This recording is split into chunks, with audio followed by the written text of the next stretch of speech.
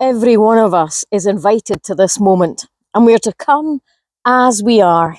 No need to polish up our credentials, and no need to show only our best side.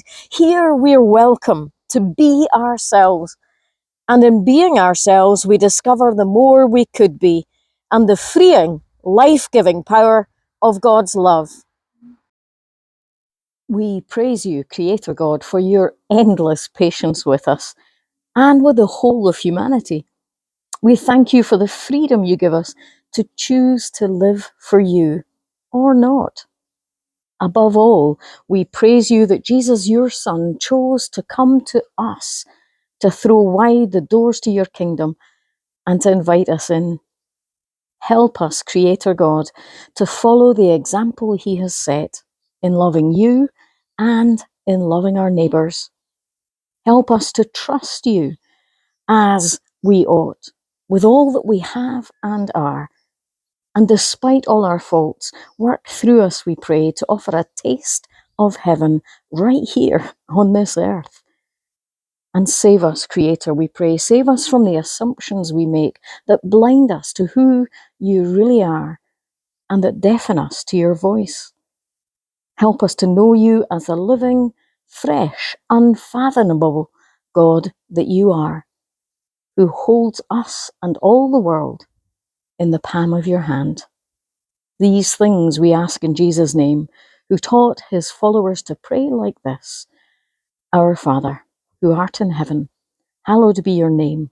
Your kingdom come, your will be done on earth as it is in heaven. Give us this day our daily bread, and forgive us our debts as we forgive our debtors. And lead us not into temptation, but deliver us from evil. For yours is the kingdom, the power, and the glory forever. Amen.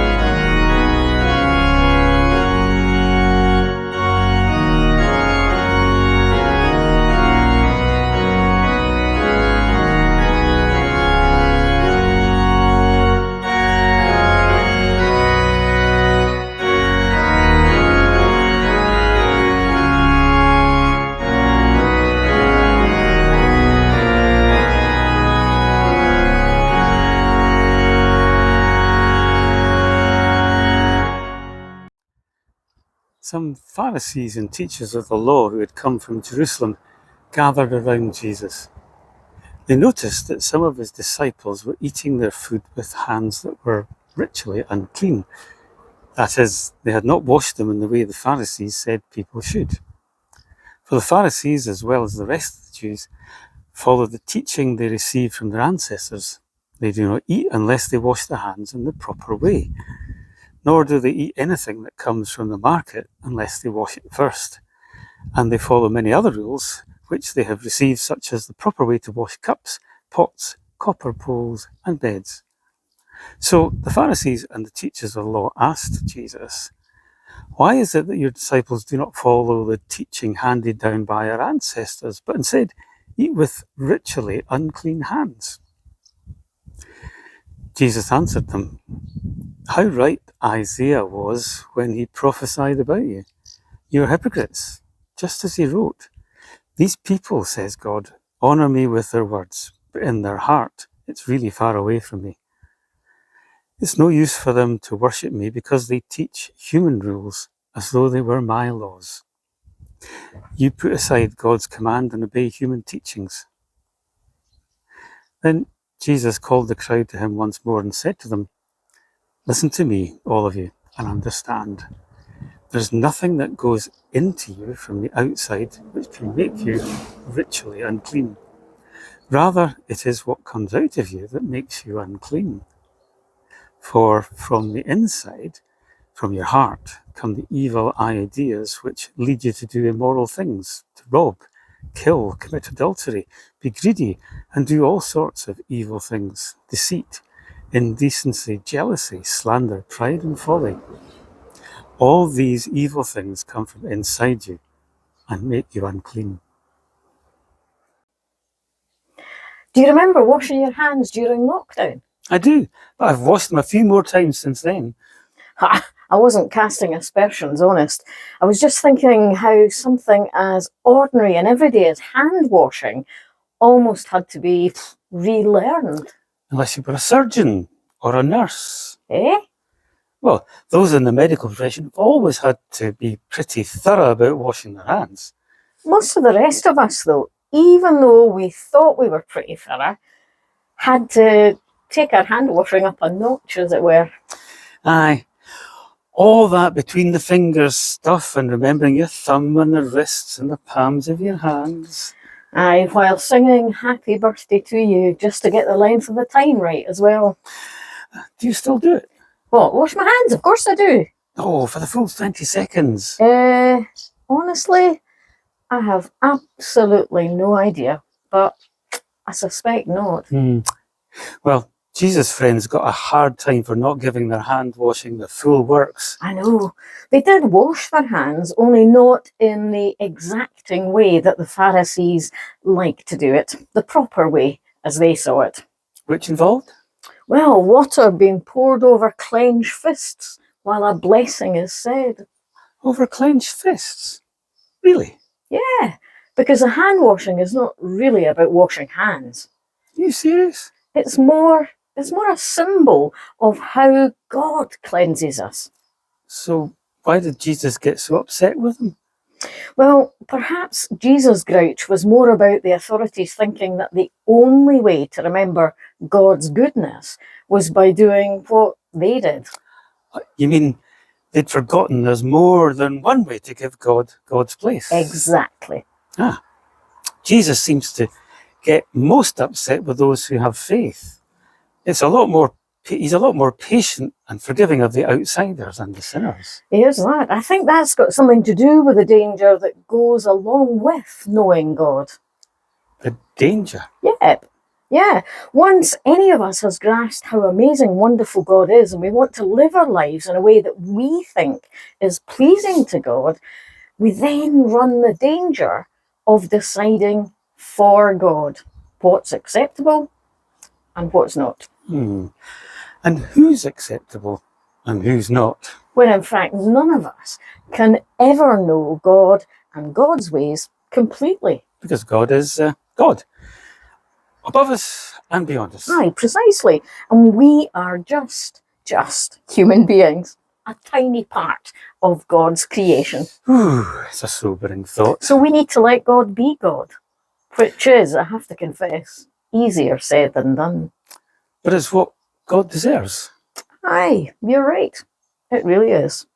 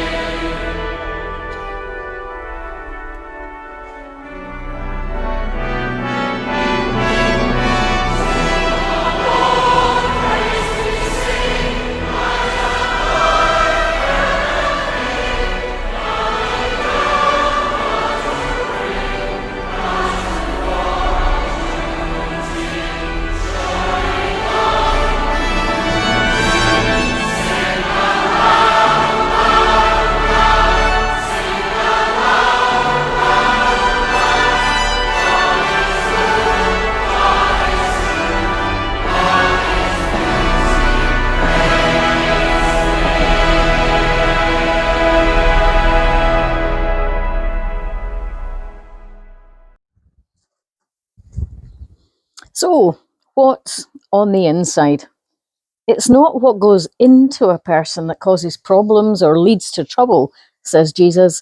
It's what comes out of them, out of us. So, what is on the inside? That's not exactly a comfortable question to think about, is it? Because no one knows what's on the inside of us except us. Oh, and wait, God, too. All of us have things about us that we'd rather not admit to, don't we? And not necessarily all bad stuff. The quiet, calm, fun loving exterior we portray, for example, can be hiding the disappointed, hurt, confused, or frightened individual we really are. Keeping these sorts of things under wraps and not letting them out is, however, not what Jesus is talking about. And it's not good for us either. When we hide these things away, then we'll end up telling people who, when they ask us how we are, we tell them we're fine, when really we're anything but fine. And that's no way to live. Some things do need to come out, not to be problematic, but to protect us from problems. When we are honest enough to admit to how and what we're thinking and feeling, and we talk about those things, that's when we make room for the love and support we need to find healing and wholeness and happiness as well. And Jesus wants us to live lives that are good and full and happy and healthy. So, what is it within people that Jesus doesn't want to come out? Well, one word, 4 letters: evil. And in order for us not to let evil rear its ugly head, we need to acknowledge what is the sobering truth, that the awful things that go on in this world begin right here, in you and in me. Evil is not something out there that's dressed in red with a forky tail and horns chasing after us. Every single person on the planet has within them, within us, the potential for evil in the shape of hate and selfishness and jealousy, violence and rudeness, unkindness and prejudice, and all sorts of other unmentionables. And we need to live with that truth.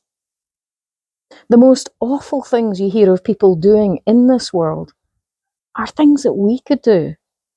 To ignore that, or to think that somehow we are different or above evil, is to lay ourselves open to setting off down a slippery slope that starts with us thinking we are better than them and ends up with us looking down on and judging other people and condemning them, which is where I think Jesus was coming from when he spoke to the religious authorities of his day. Those very driven, holy people in their desire to please God had become so focused on how they thought their faith should be lived out and on how that faith should be expressed that they were in very real danger of forgetting that the God at the centre of that faith was and is a God so much bigger than all their minds put together could ever hope to take in.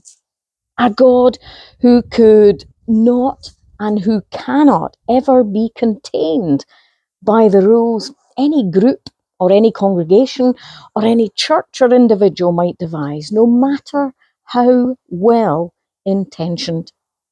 Remember, says Jesus, it's God who's God, and you are only the work of God's hands. God is the only one who's good. God is the only one who's pure and true. None of us are. Jesus was warning the faithful of the past and us today that we all need to remember the evil of which we are capable, not to rub our noses in it, but in order to let that knowledge prompt us to choose to love and refuse to hate.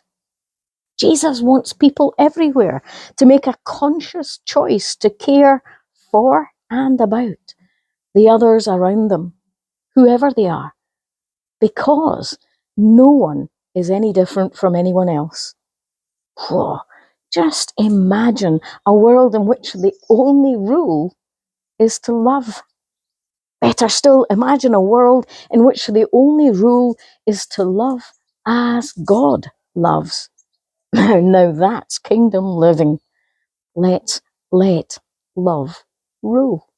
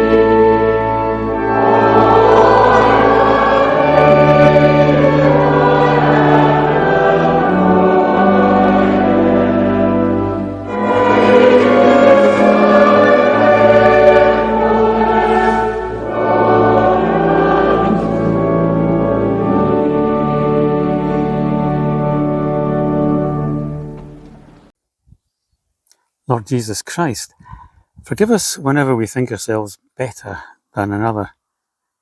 Forgive us too, we pray, when the things we do put us first before everyone else. When we fail to treat others with respect. When we let prejudice get in the way of caring for those in need. Draw us up and remind us we all belong to you.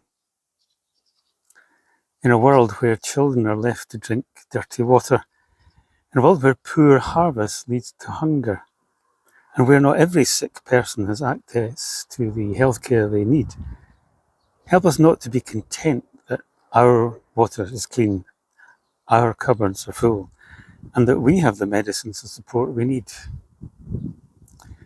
Give us the courage to fight for everyone to have what they need to be healthy, and give us the courage too, actively, to work towards a different way of living, in which all are seen to count and to matter. We pray for places where right now people feel insignificant, from warring zones to places in political upheaval, to ghettos and slums and refugee camps. Forgive us, Lord Jesus, when the stories of what others have to endure fail to move us to prayer and to actions. Show us what we should say and do to change with you the world for the better. We pray for every nation and for the people who govern those nations. Let a passion for peace guide all decision-making, and let a heartfelt concern for all transcend all barriers and divisions.